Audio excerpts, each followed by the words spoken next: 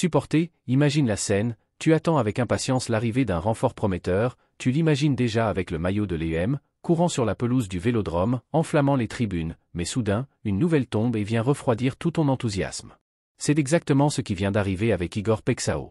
L'attaquant brésilien de 25 ans, qui avait déjà trouvé un accord pour rejoindre l'Olympique de Marseille, est blessé, et pire encore, il pourrait être éloigné des terrains pendant plusieurs semaines.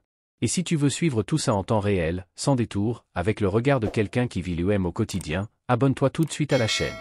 Ici, l'info arrive avant tout le monde, claire, rapide et toujours avec passion. L'absence de Pexão lors du dernier match amical du Feyenoord face à l'Union Saint-Gilloise, qui s'est terminé sur un nul 1-1, a tout de suite éveillé les soupçons. Il n'a même pas été convoqué pour cette rencontre, ce qui étonne, surtout qu'il était titulaire lors du match précédent contre Cambuur. La presse néerlandaise a confirmé ce que beaucoup craignaient déjà, le jeune ailier souffre d'une blessure, et sa durée d'indisponibilité reste floue. Une incertitude qui inquiète, arrivera-t-il à l'UM en pleine forme? Ce genre de nouvelle tombe à un moment crucial.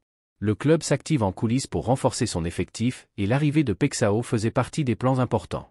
Son profil rapide, créatif et tourné vers l'offensive promettait de redonner de l'élan à l'attaque marseillaise. Mais avec cette possible absence prolongée, tout le projet peut être affecté. La direction devra choisir, attendre qu'il se rétablisse, ou envisager une autre option sur le marché. Pour toi, supporter qui suit chaque mouvement du club avec ferveur et espoir, c'est normal de ressentir une certaine frustration. Personne ne veut voir une recrue arriver déjà blessée. Mais tout n'est pas perdu. Ce qu'il faut maintenant, c'est suivre de près l'évolution de Pexão, espérer un retour rapide et attendre les prochains communiqués du club. Le rêve de le voir briller au Vélodrome est toujours là, il demandera juste un peu plus de patience.